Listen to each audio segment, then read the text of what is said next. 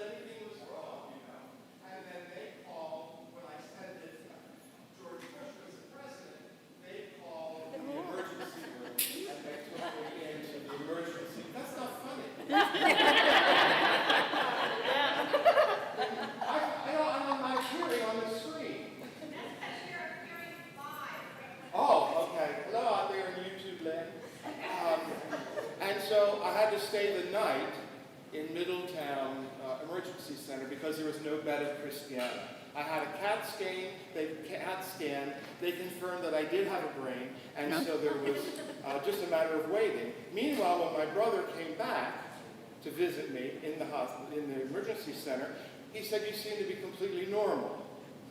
And so I went to Christiana Hospital the next day. I was transported by GEM, you know that. They did not waste any time getting from Middletown to the hospital. Okay, I'll tell you that. You can fill in the blanks. And of course, typical, I waited all day for an MRI, finally around 7:30 at night, and then I waited till the next morning for the doctor to look at it. Everything was fine. There was no evidence of a stroke, although there was some evidence of older strokes, but evidently did not have any effect. What they called it is a GTA. Just think of the old Pontiac car. What does a G stand for? Global Transient Amnesia, where you just have you just forget the slice of time, the small slice of time, you lose track of it. And just because it happened once doesn't mean it's ever going to happen again, and they don't know what caused it. So I still continue to eat grapes and chocolate cake. Did you repeat all that?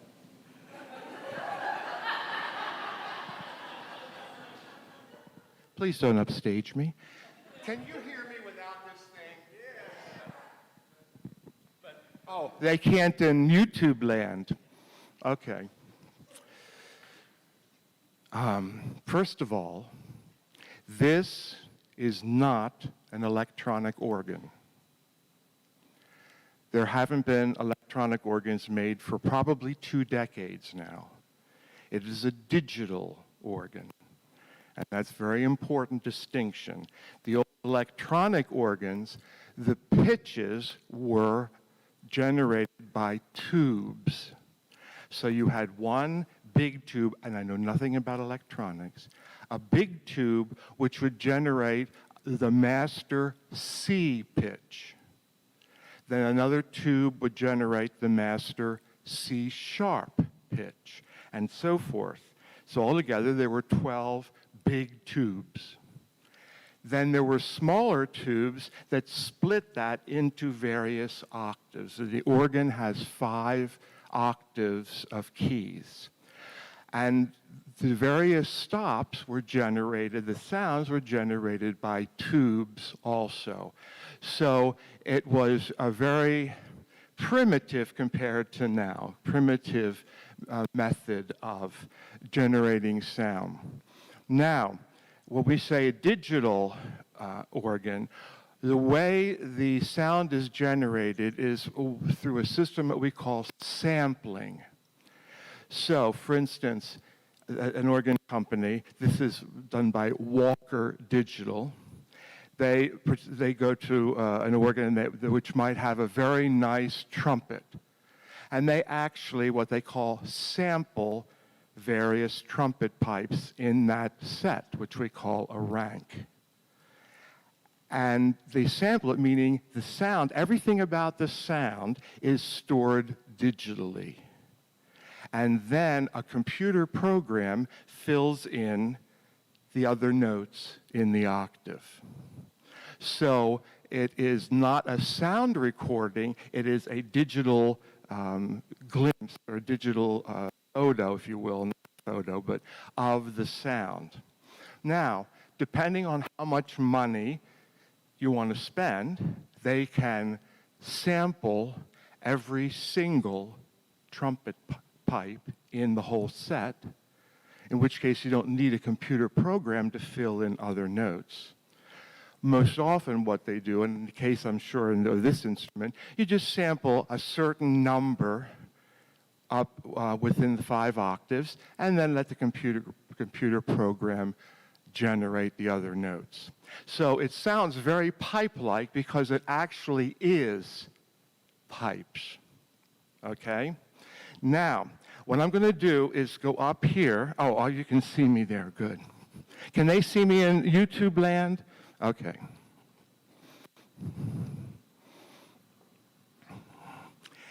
The big difference between an organ and a piano is that when you hold an organ key down, the note is consistent. It plays at the same volume level and does not decay. All right. Now, this is 5 octaves. Can you see here? This is strange for me, but can you see? This is middle C. Now, on the piano, when you hit middle C, you get the pitch middle C. But on an organ, pipe organ, any kind of organ, you hit middle C, you can get any number of pitches because the organ has, that's what all these stops do, it gives you different pitches and different qualities of sound. Now, if you can zoom in, weren't you going to zoom? Now is the time.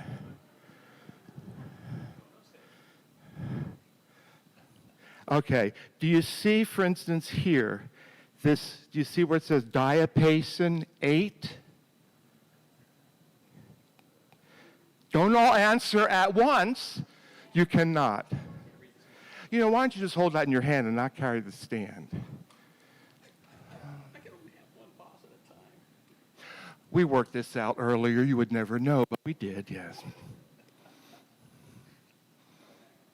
Yeah. Could you hurry, please? Okay. Now, can you see this stop says diapason 8? Okay. Okay. Now, the diapason is the name of a family of organ tone, which is basic and unique to the organ. And it is what, when you hear an organ pealing, it is basically the diapason type sound that you hear. And this is what it sounds like.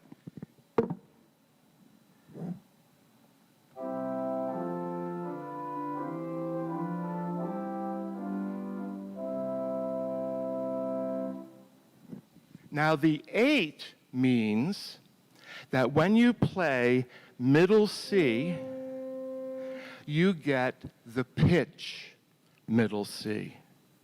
It also means that in a pipe organ, the lowest pipe of that rank of diapasons, what we mean when we say rank is the set of a certain color. That organ pipe is 8 feet tall. Now, on the organ, zoom in, you see this stop called octave 4. Do you see it? Okay. The 4 means that it plays an octave higher. So that when you play middle C, you get an octave above. And it means that this lowest note, lowest pipe, is 4 feet tall. So those two together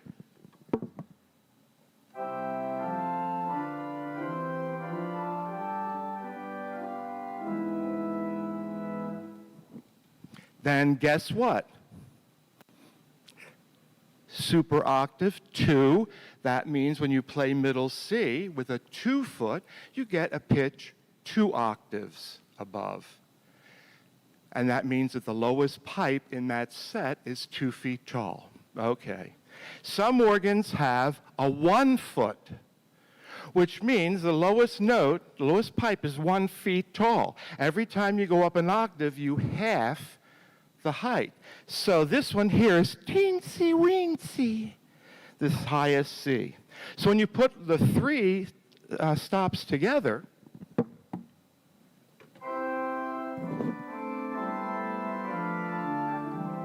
the microphone keeps rolling.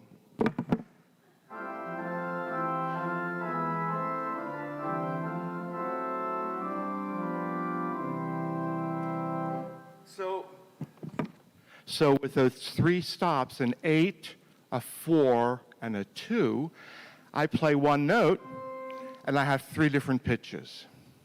Okay. Now, that is one family of organ tone.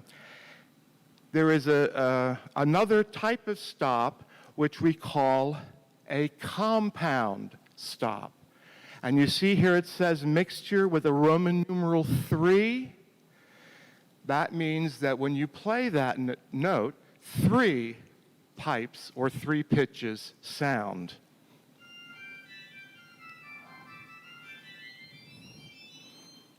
And what that does is, you can tell it's pretty high pitch.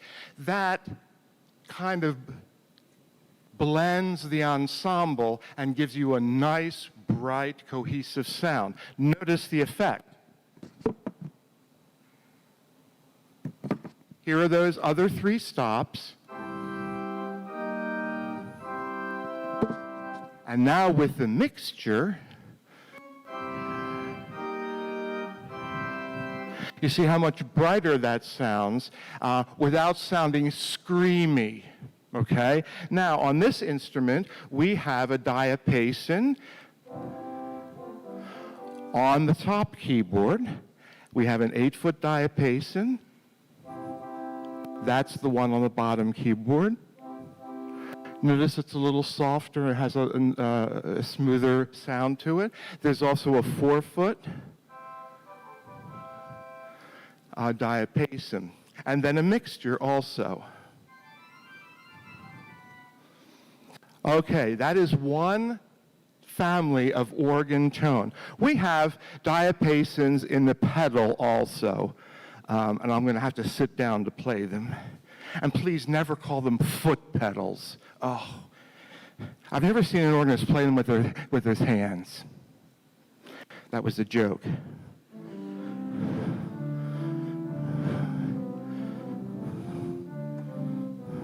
So when you put all the diapasons together, you have this type of sound.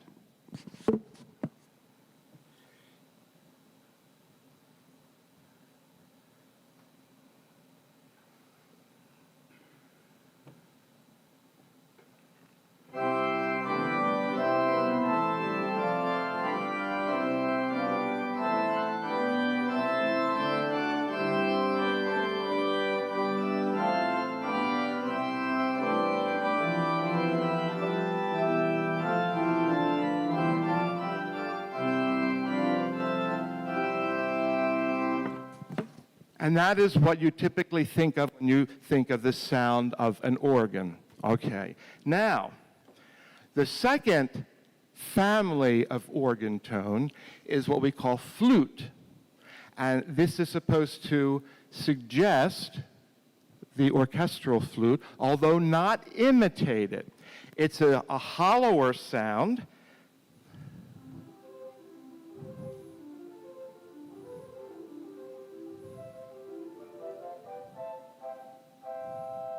And on the grade here, we have 2 8-foot flutes. See how that sounds a little purer?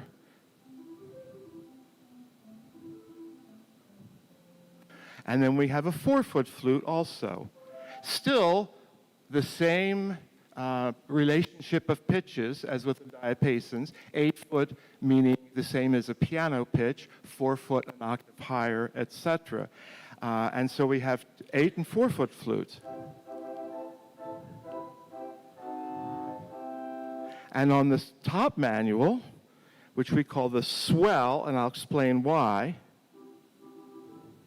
And notice how that is. It's just a gentler sound. And there's an 8-foot here, too. And here there's a 2-foot.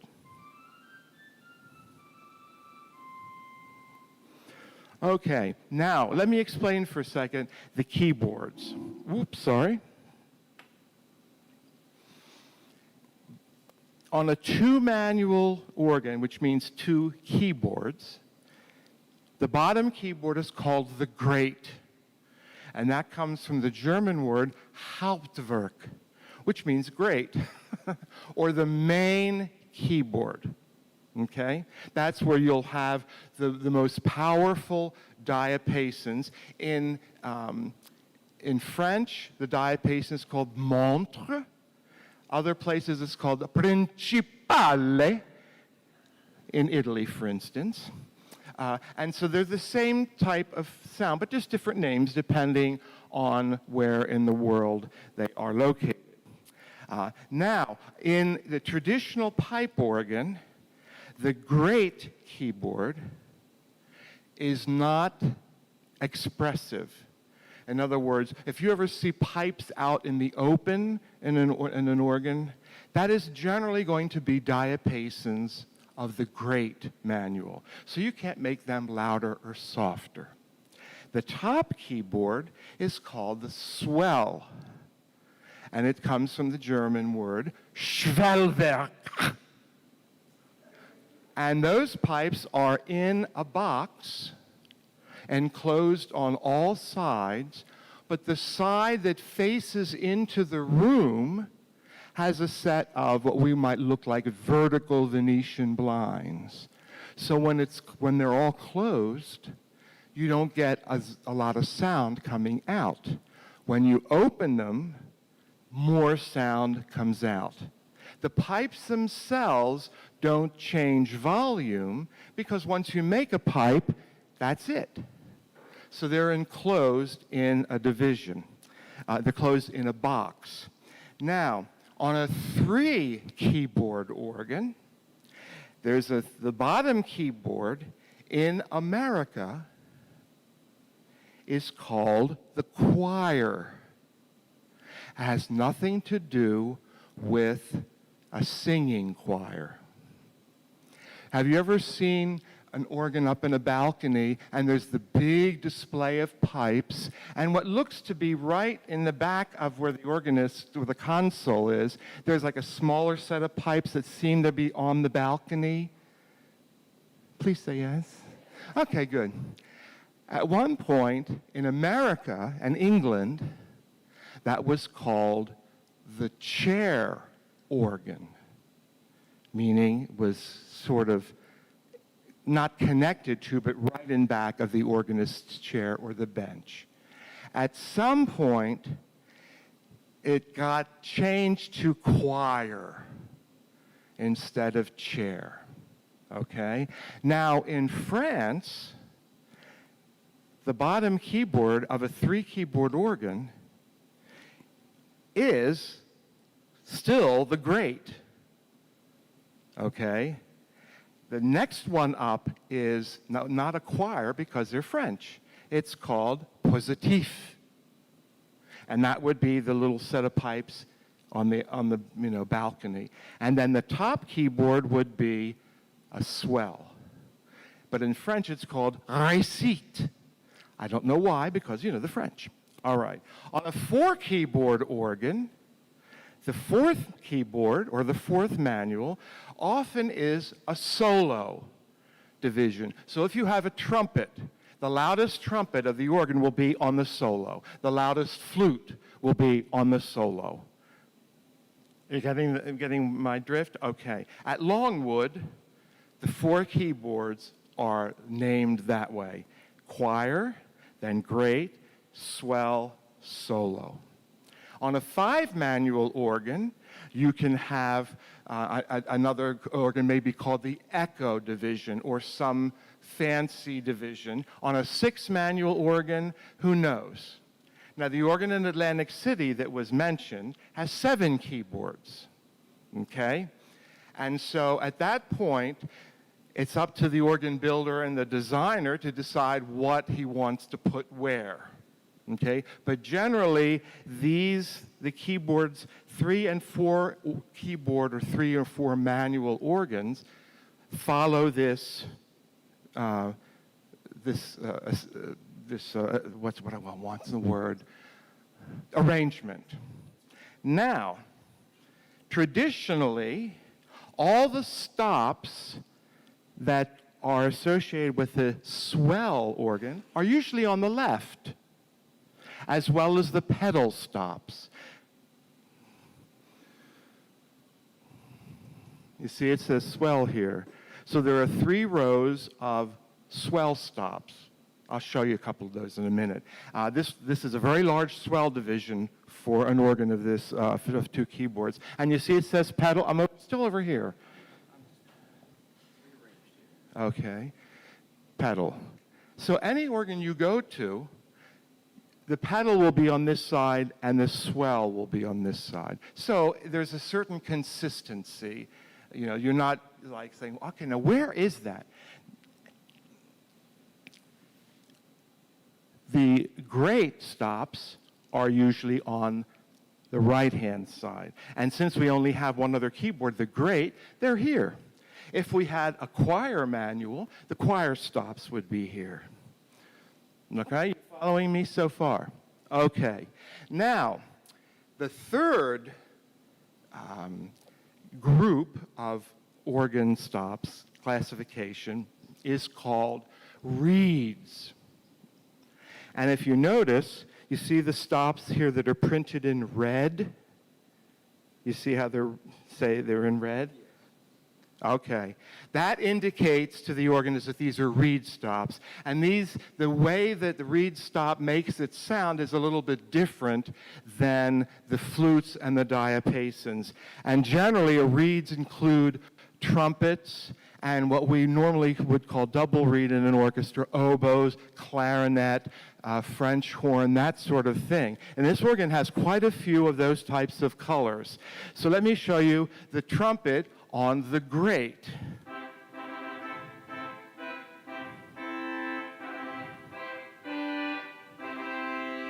That's a very nice, full, bright sound.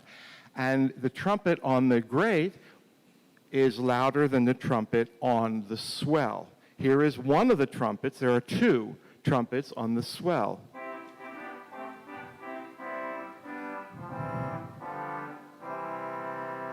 See, it's a little fatter, as we call it. There's a second trumpet called a French trumpet, and this is a little brighter and a little more incisive.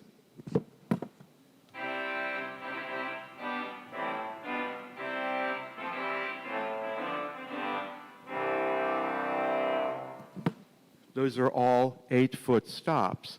Now, here we have a number of color reeds. We have a French horn. And that's a beautiful French horn, and you'll know how beautiful it is when I play this little excerpt for you.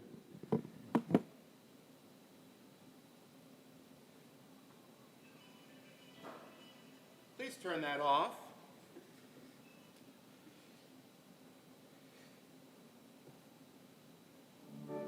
Whoops.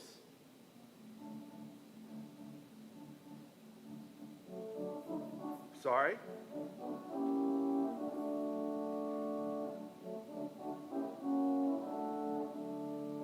Doesn't that sound just like the French horn when you listen to an orchestral recording? Yes. That stop was developed by Ernest M. Skinner. You may have heard of Skinner organs. You may have heard of Aeolian Skinner organs. The Aeolian company built the organ at Longwood, and it nearly bankrupted them. Because when you build a pipe organ, you have to assemble it completely in the factory. And that's a very large organ. And so while it was in the factory being tested, they couldn't take smaller, what you might call bread and butter jobs, a little two-manual organ for St. Theophilus Catholic Church, right? And so when the organ finally was finished, and Mr. DuPont was pretty picky, they really were like in financial trouble. Ernest Skinner was experiencing the same sort of troubles in Boston, and so the two merged in 1932, I think. And they continued to make organs for another 45 or so years. And some of the finest collegiate organs are Aeolian Skinner organs. The one at St. John the Divine is an E.M. Skinner, rebuilt by Aeolian Skinner. But the organ at Longwood is the largest Aeolian organ ever built in a residence. It is the largest residence organ in the world. It's not one of the largest, but it's the largest in one of the in a residence, in somebody's house. Now, on the great here, we have another nice reed called the clarinet.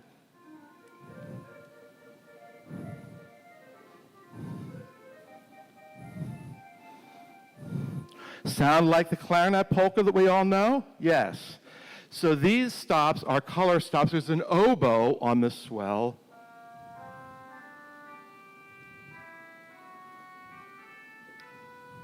It's hard for me to accompany while I'm holding this microphone. Could you hold the microphone for me? Thanks. A little closer. Okay, can you hear me? Did you turn it off? No, okay. This is serious work going on here. It's not funny.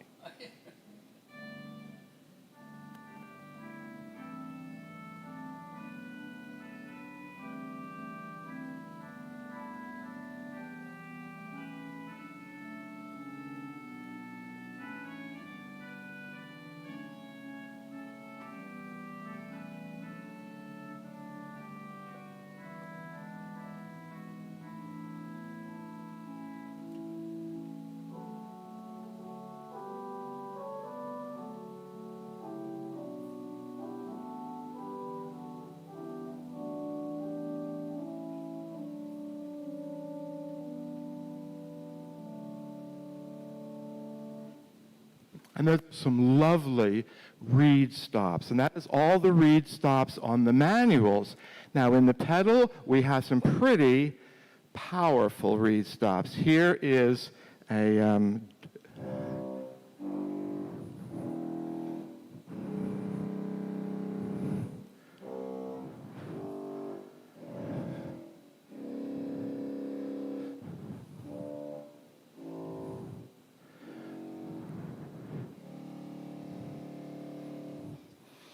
Now, we talked about 8-foot stops and 4 and 2, etc.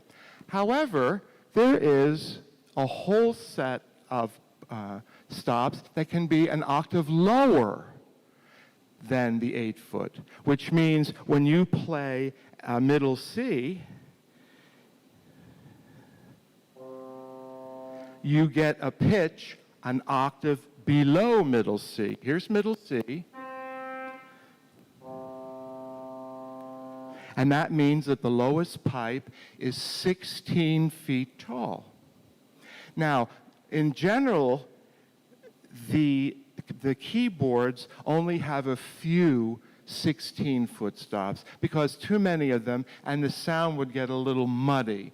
But the 16-foot is pretty much the basic pitch level for the pedals.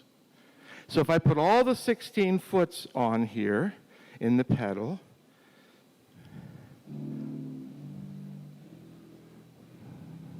and add the 16-foot reeds,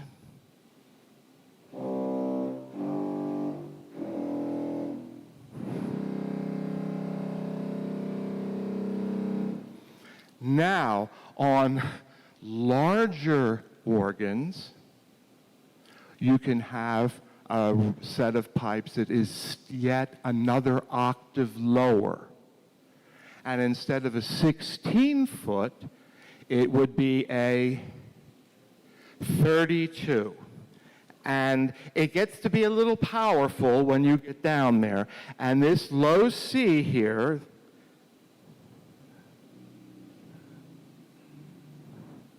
I'm going down the octave here.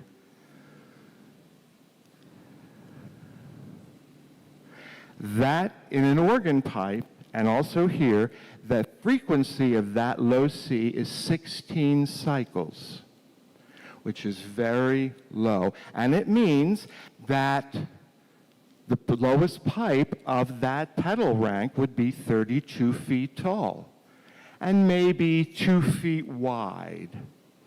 Now, there are only 2 places in the world where there is a 64-foot rank in the pedal. One of these places is in Atlantic City at Boardwalk Hall. The other place is in Sydney Town Hall in Australia. Now those pipes, the low C of those pipes, of those ranks, speak at 8 cycles per second. Now that starts to get down into the destructive frequency. For instance, if you have something very low like that and you put a lot of power, you can start to crack foundations of houses and so forth. And now, to give you a sense of how big the lowest note of the 64-foot in Atlantic City is, if we put one end of the pipe against this wall here, the top of the pipe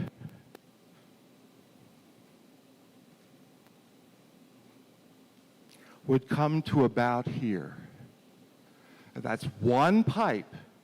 That's the lowest pipe in that set. The next one, the C sharp, would be a little shorter.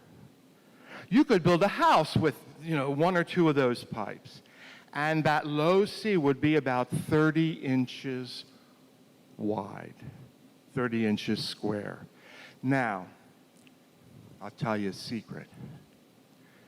You're not going to use that stop to accompany Silent Night, okay?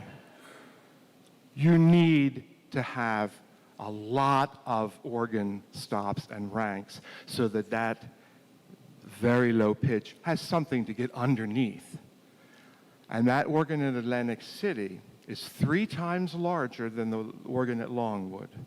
It's larger than the organ in Wanamaker's in Philadelphia, which is now a Macy's. Now, technically, Wanamaker's, and rightfully so, bills itself as the largest working pipe organ because the organ at Atlantic City is undergoing a slow restoration. So about half of it is working. It's been restored, maybe 60% is working. But when you're talking about 33,400 pipes, you don't worry if a couple hundred aren't working because you have plenty. And I'll tell you, that organ, of course, when you have tons of stuff, stop after stop after stop, that organ has one 64-foot and 10 32-foot stops. And I was there one time years ago, before this restoration started. It was probably 35 years ago. The then curator put on the 64 and all the 32s and played low C. And I am not fooling you. The floor, I was standing on the floor, and that auditorium was designed to seat 45,000 people. The floor actually went up and down because of the power of that one stop, that one note with 11 stops. So you only get into that kind of size and power when you have a very large instrument. Otherwise, it wouldn't, the pedal would not command the kind of presence that you need. So this organ here has 3 32-foot stops, which is actually a little bit luxurious for a 2-manual organ. It has a 32-foot flute and a 32-foot string. And it has a 32-foot reed called contrabassoon. Now you might think, well, that's pretty ugly. However, when you have a sound like this, sure, like this, okay. Where is it? Okay, yes. All right, I'll play a chord for you without the 32s.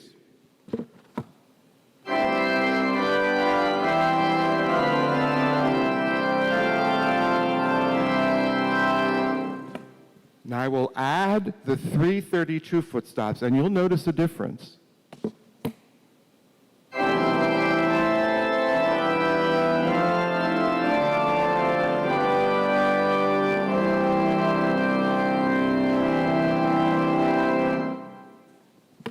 And so The reason there are 3 32s here is because the very generous supply of of stops on the keyboards will really require that. Now, the fourth and last category of organ tone is strings. Now, we say things strings, violin, viola, so forth. And organ strings have the same names. Now, this string has what we call a viola. And that's a common string sound for an organ.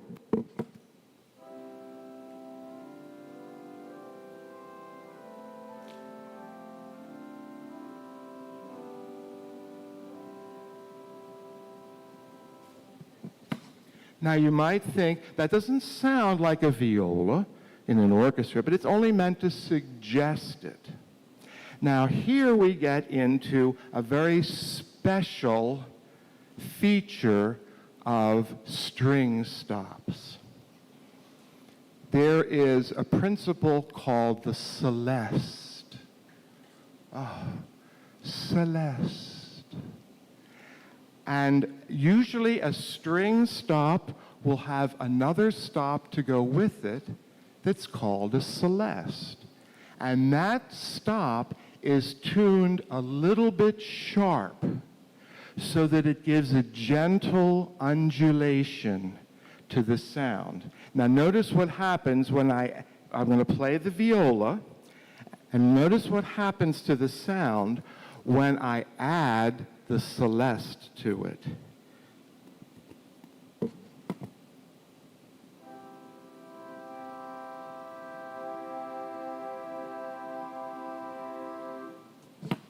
Do you hear the sound wiggle a little bit? And that gives the most amazing and ethereal sound. There is also on this organ a flute celeste. You hear it sort of gently wiggling?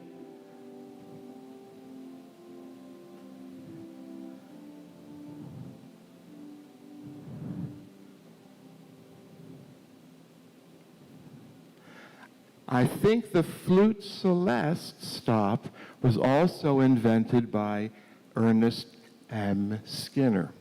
So when you take the string celeste and the flute celeste and add them together, you get a very beautiful effect. See, I don't have my glasses on. Here we go. With a gentle 32 in the pedal.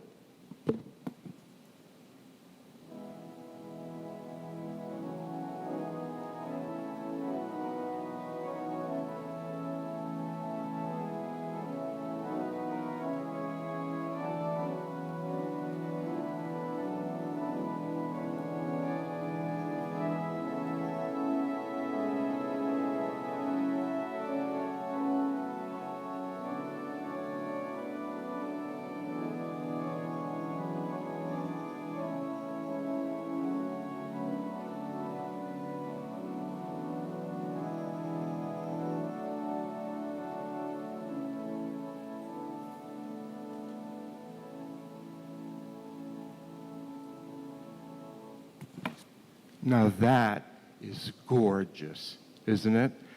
That is the sort of thing organists love to use at the end of communion. Now, in a large church, especially one with a dome, those types of celeste stops, no matter where they're located in the organ arrangement in the church, it sounds like they're just floating in the air. Now, we have a string in the pedal also. 16-foot string.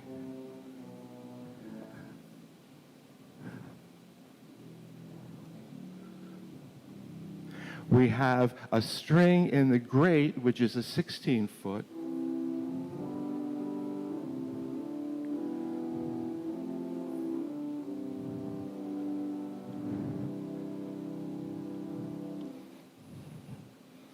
Now, I'll tell you a secret.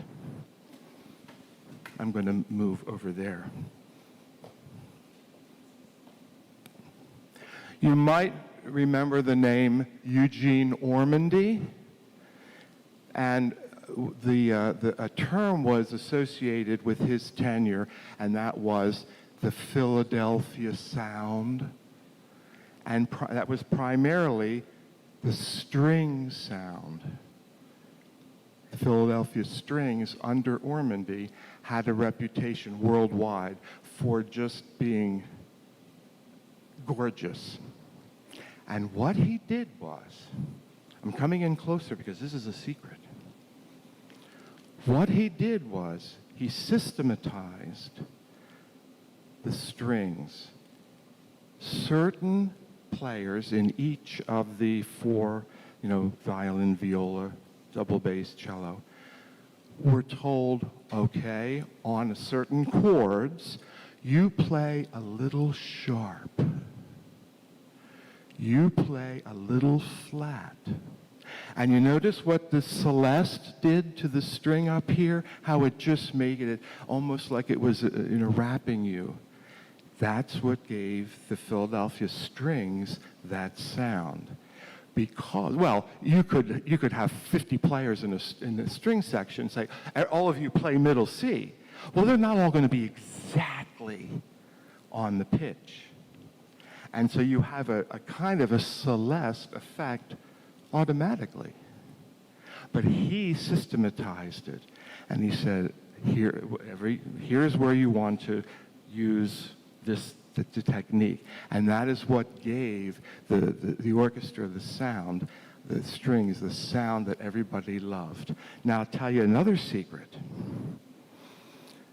When the first digital organ was made, somebody sat down and played it. I thought, this doesn't sound anything like a pipe organ. You know why? Because it was perfectly in tune. Now, you imagine an organ like at Longwood, all right? You put on 25 stops, play a chord. Well, for each note of the chord, you have 25 pipes. Do you think all of them are going to be exactly in tune with each other? No. And then you have a very gentle celeste effect, just naturally. I mean, they can tune an organ for a concert at 8 o'clock. They can tune the organ thoroughly at 2. And by 8 o'clock, there's going to be it can only be like 2 cycles. Instead of, A440, you've heard that. It could be A442. But you hear the effect. So what they did was they introduced a circuit into the design of the digital organ that would randomly detune it. And just like that, it sounded like a pipe organ. Because a pipe organ is never perfectly in tune. And now, I'm sure this organ also has this kind of automatic, random detuning. It's not, you can't really say the organ's out of tune, it's just slightly, every time you turn it on, it's different. Just like when you turn on the pipe organ. The atmosphere, everything is different. And so you have that effect. It's even in this organ, even if I don't use the celeste. Now I'll tell you another secret. You're really lucky today, all these secrets. My mouth is getting so dry. The Wanamaker organ in Philadelphia. Remember I showed you the viola and the celeste? The Wanamaker organ in Philadelphia has 77 string stops in the string division. That's larger than this whole entire organ, just for one division of that organ. You'll have viola. Viola celeste, that's slightly sharp. Viola celeste, that's slightly flat. Viola 2. Viola 2 celeste, slightly sharp. And when you put all those, and I sat at that console when the store wasn't open. You put all those string stops on, you wet your pants. It's just indescribably beautiful. Now, consider they have like 90 stops in the pedal. That organ is just enormous. Okay, I want to make sure there's nothing I forgot before I go to the next part of what I want to do today. Are there any questions at all? Okay, yes.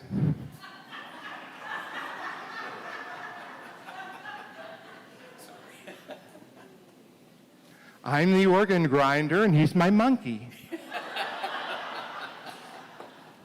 Now, you might notice, come closer there. You see these little white buttons under the keys? Okay, they're called pistons. Now, you see over here there's 1 through 4 and 5 through 8. You see them? I'm over here. Do not pay attention to that person behind the curtain. Oh, I have a bottle of water right here. You're very kind, thank you. Could you get it for me, please?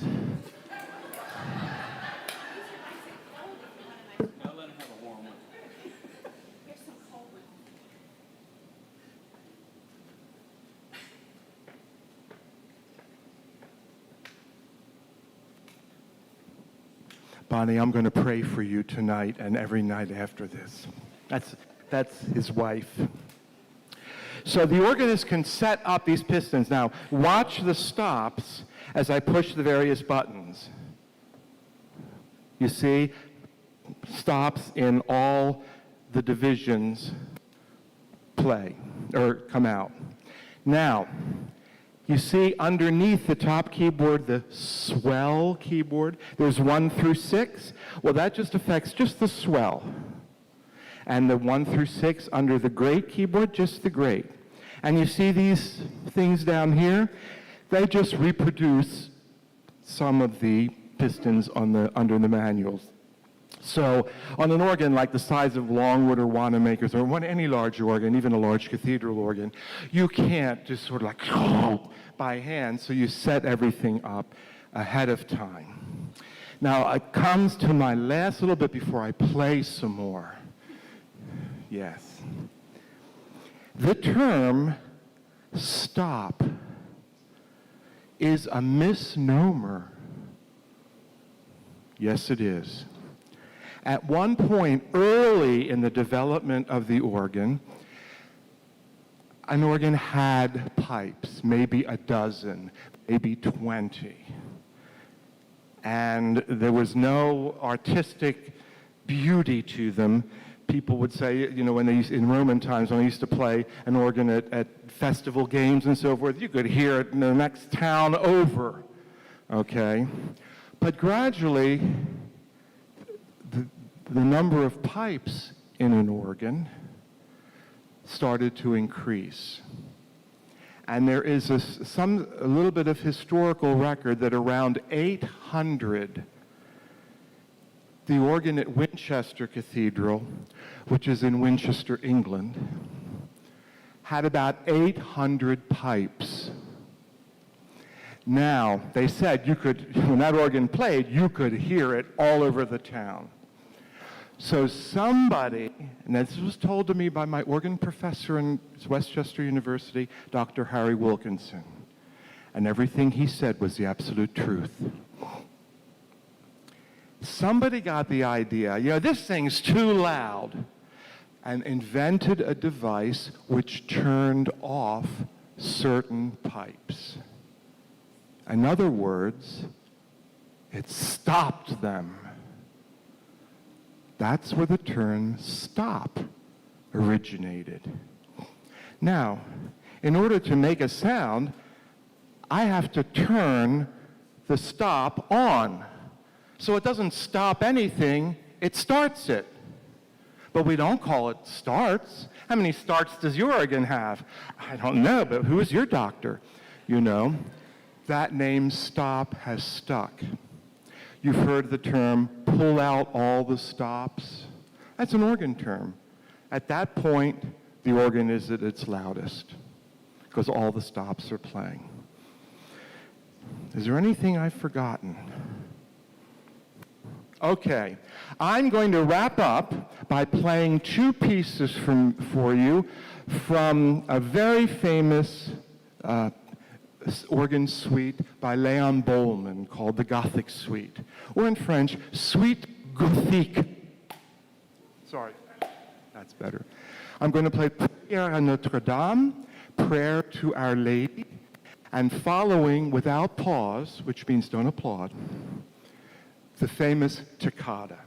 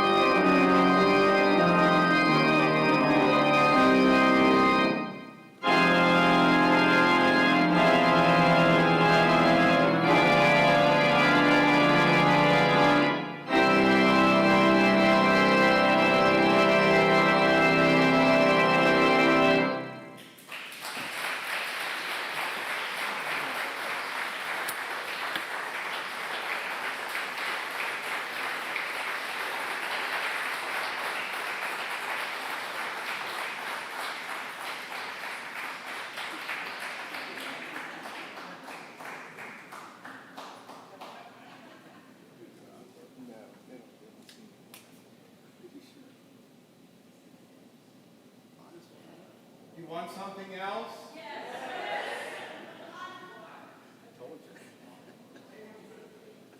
Well, usually people throw money and they stand up and all that. Okay, what I like to do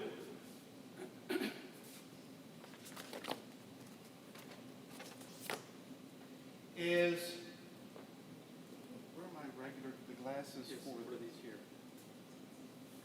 Is this the one? No, I think maybe reading glasses. What are these? Yeah, those are for, okay. All right. I got more for you.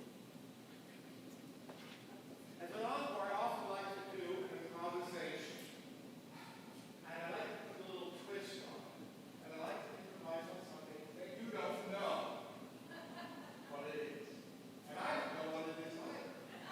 I've asked Bonnie and Pat to suggest a simple type of nursery rhyme type melody for me to improvise on. I'm not going to tell you what it is. I'm going to, of course, try to obscure it and ask you when you do sense what it is, just applaud once or twice.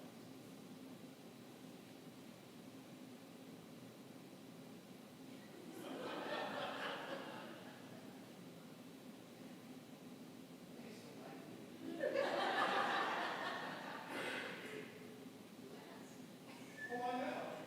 And I shall deliver.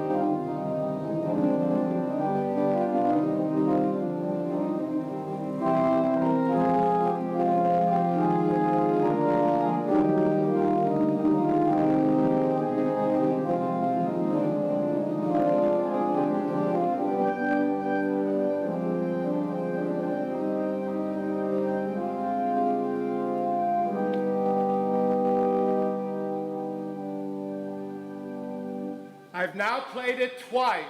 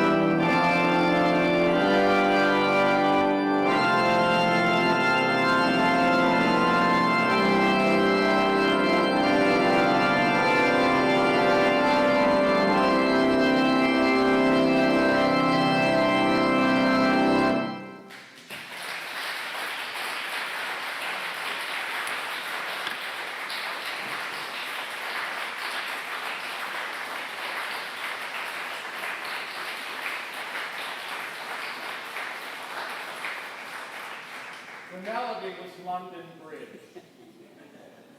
You all got it, I hope. I thought it was that Vidor thing. No, it was London Bridge. Thank you very much, and that is a